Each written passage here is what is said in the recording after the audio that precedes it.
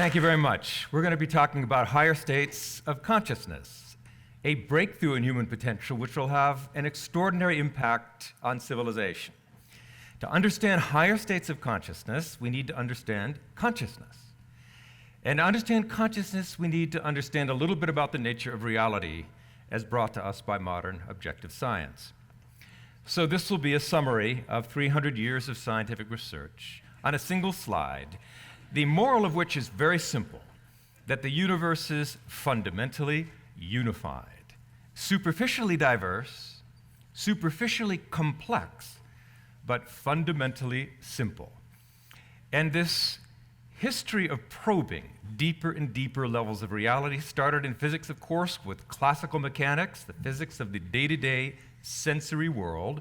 It led on at the beginning of the last century to the quantum mechanics of atoms and molecules, and then quantum field theory of the elementary particles and forces of nature, and ultimately to unified field theories based on the superstring. These theories fulfill Einstein's lifelong dream to discover the unified source of the diversified universe, the single fountainhead of all the laws of nature that uphold life at every level of the physical universe. To get a feeling for superstring theory or unified field theory, picture an ocean of pure existence, an ocean of intelligence, pure being, which is silent at its core, but is dynamic on the surface, that is filled with dynamism, reverberating within itself and erupting in a sea of effervescent bubbles, like ginger ale effervesces bubbles. Now, it may not surprise you to learn that these fundamental bubbles of the universe are not ginger ale, actually, but are so-called superstrings, infinitesimal elastic loops, like little rubber bands. And like little rubber bands, superstrings can vibrate in certain ways. They're the left-moving, right-moving, longitudinal, axial, different vibrational states, each with its own vibrational frequency. And different frequencies mean different energies. Different energies mean different masses. So all of these vibrating strings, this way, that way, the other way, are strings of different mass, different electric charge, different properties. And now we know, and this is the amazing thing about superstring theory, that depending upon how that string is vibrating, that string will behave exactly as a photon of light, a particle of gravity, a lepton, a quark, a Higgs boson. And that's the remarkable thing. We have one simple, unified, universal field in different vibrational tones. And these different vibrational frequencies are the building blocks of the universe. The whole universe is nothing but that. So think of a single entity vibrating in different tones. And those different frequencies correspond to the 5 spin types and ultimately to everything in the universe. So this body is nothing but the fluctuations or vibrations of this universal ocean of being. This mind is nothing but the vibrations of universal being. You are nothing but the vibrations of the same universal ocean of intelligence. End of physics. What is, from this modern perspective, meditation? Well, meditation, classically understood and properly practiced, is a technique to take our outwardly directed attention through the senses powerfully within to experience and explore deeper levels of mind, quieter and quieter levels of the thinking process. As this chart shows, the inward flow of the attention to explore deeper and deeper levels of human intelligence that correspond to deeper levels of intelligence in nature. And in the meditative state, we slip beyond the quietest level of active thinking to experience that which is beyond thought, pure being, unbounded universal consciousness, in which human mind expands to experience universal mind, the unified field. That is the meditative state. We can see that process, the awareness flowing within, and in a few minutes or a few lifetimes, depending upon the efficiency of the technique that is used, the awareness culminates in that experience of unbounded awareness. And the Yoga Sutras which are the classic text of yoga, explains that yoga, the experience of unity, is the complete settling of the activity of the mind. Then, it says, the seer is established in the self, pure consciousness. This is a fourth state of consciousness, the meditative state, classically called samadhi, pure consciousness. The Upanishads say the peaceful, the blissful, the undivided is thought to be the fourth. That is the self. That is to be known. Pioneering researcher Robert Keith Wallace and colleagues 4 decades ago discovered this physiologically and coined this meditative state, or samadhi, a hypometabolic physiological state, which is basically a way of saying a state of deep rest. And that's important. Talk about a few practical benefits of the fourth state of consciousness. It means not the first, second, or third, not waking, dreaming, sleeping, but a fourth state of human awareness, pure consciousness, samadhi. Well, it provides much deeper rest and relaxation than ordinary rest. And that has a very powerful effect at dissolving stress.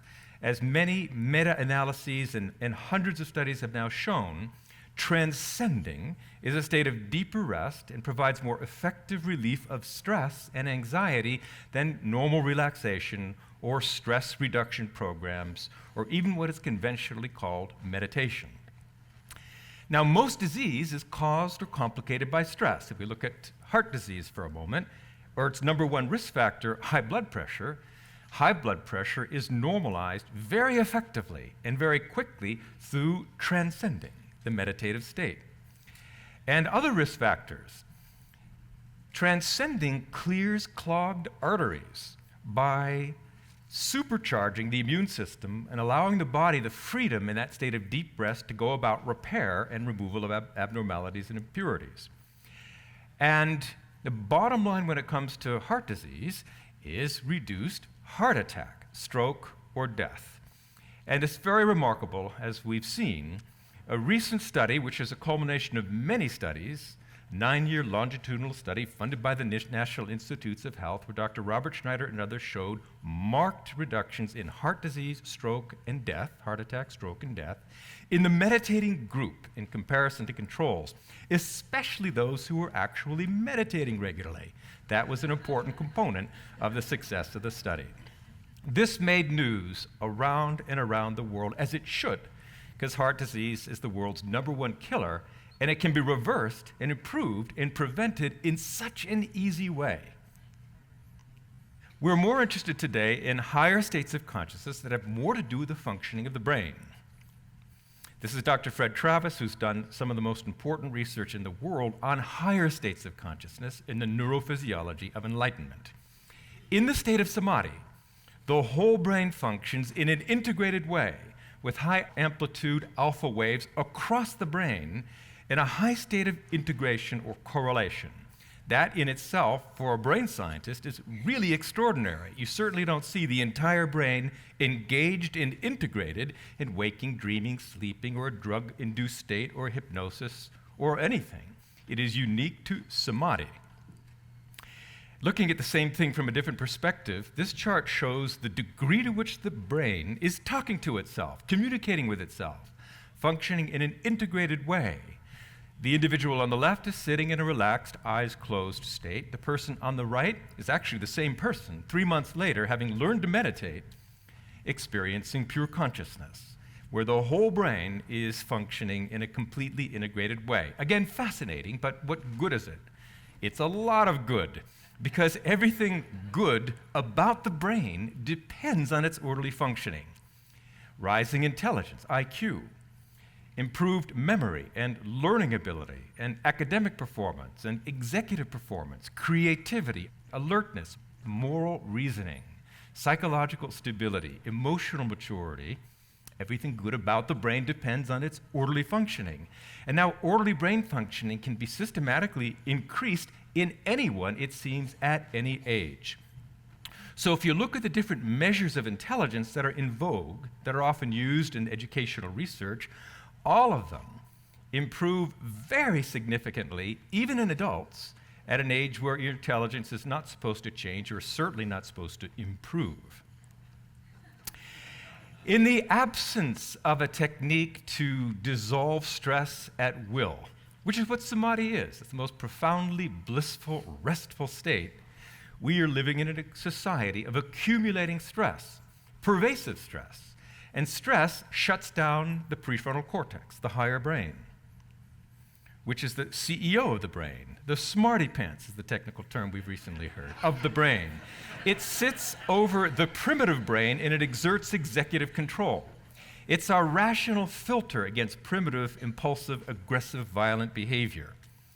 So when stress shuts down the prefrontal cortex, and chronic stress shuts it down chronically, then it simply fails to be used and fails to develop properly, and we are stuck, basically, in a pre-adolescent society.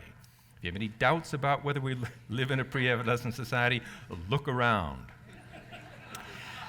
One area where stress is rampant and the negative effects of stress on brain functioning is obvious is in the criminal justice system. And if you look at maximum security prisons, and there are dozens of studies that have been published on this phenomenon now, you find that introducing the experience of the transcendent, even among maximum security felons, brings about a restoration of balance, a restoration of blood flow to the whole brain, engaging the prefrontal cortex, transcending does, but it also integrates it with the rest of the brain, strengthening those connections so that we regain, in a sense, control over ourselves. Bottom line, people don't go back to prison. Now, what about stress in its most intense and acute form, like post-traumatic stress? This has become a modern epidemic. Our returning veterans, more soldiers today die from suicide than in combat. Post-traumatic stress is a result of overwhelming stressful experience, at which point the fear center of the brain, the amygdala, can get stuck on hyperdrive. And as long as the fear center of the brain is on hyper alert, then we're in a state of hypervigilance, insomnia, basically a state of fight or flight. What is really remarkable is how quickly the experience of the transcendent can normalize brain functioning, can unstick the stuck amygdala.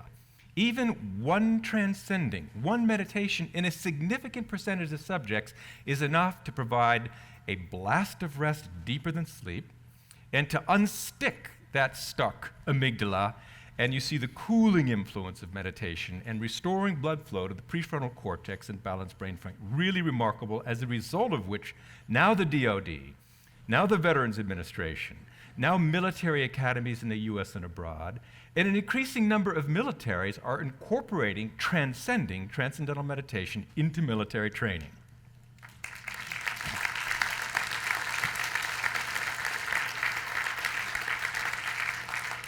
The other epidemic, which is very important to educators such as myself and many of you here, is ADHD, attention deficit hyperactivity disorder. There are millions of children medicated for this, whether in fact they need it or not, whether in fact the medications are of benefit or not. Now we understand that ADHD is a stress-related learning disorder. It has to do with the slow development of the prefrontal cortex, which is the controller of our attention, and that in turn is due to stress. Introducing transcending to children with ADHD in a very short period of time, a matter of weeks, can restore balanced brain functioning and coherent brain functioning and markedly reduce the symptoms of ADHD. As a result of that, in my opinion, a miracle has happened. And the miracle is, in the public schools of the United States and in many countries throughout the world now, well over 1 million students in 400 schools have incorporated transcending into the curriculum. And the results, the transformation of the schools in terms of graduation rates and violence and absenteeism and scholastic performance, are truly remarkable. This is a trend that is growing so fast we cannot even meet the demand, and it is a very, very good sign for the future of our world.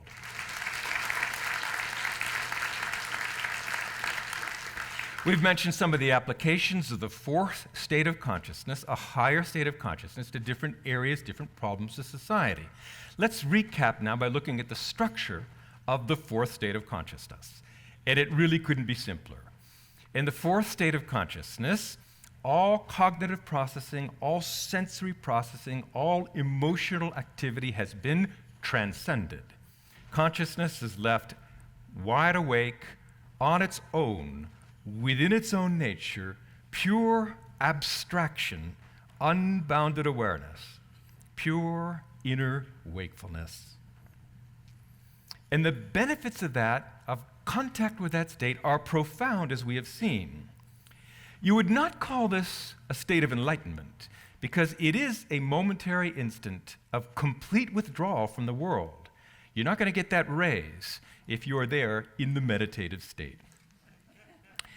That is described in the literature as the fourth state, fourth condition, is Atman, the self, in his own pure state, the awakened life of supreme consciousness. But life doesn't end with samadhi. Life really begins with samadhi, and even literally so, because for most people that is their first experience of the field of pure life. Beyond the fourth, and one of the great benefits of the fourth, is that it leads to the fifth. This state is traditionally called enlightenment, and we can define it very simply as the integrated functioning of the entire brain stabilized, so that not just during meditation, but in the midst of dynamic activity, inner unbounded awareness, inner silence, and global EEG coherence is lived in active life. I want to show that. The Yoga Sutras prescribe this. Yoga becomes a well-founded state, an established state, when it has been respectfully and uninterruptedly cultivated for a long time. Let's look at the research on this. If we look at what's going on in the brain during the fourth state, during Transcendental Meditation, we see, for example, on the left, somebody who's a relatively new meditator experiencing pure consciousness. On the right, we see an 8-year twice-daily meditator experiencing pure consciousness. It looks the same. The fourth state is the fourth state, whether you've experienced it several times or several thousand times. The difference is in activity. Coming out of meditation and engaging in action, the newer meditator on the left, the orderliness, the coherence, the high amplitude alpha that extends from the back to the front of the brain is gone. But on the right, the longer-term meditator engaged in action, that high amplitude alpha and the orderliness of brain functioning survives and is there, which means we're using the full resource of the entire brain.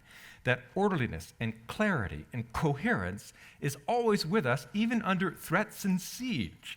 So this is the stabilization of total brain functioning. And remember, coherent brain functioning is a good thing.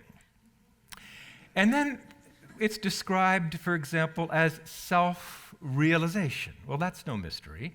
The self, after all, is our consciousness, that which sees, that deep within which knows.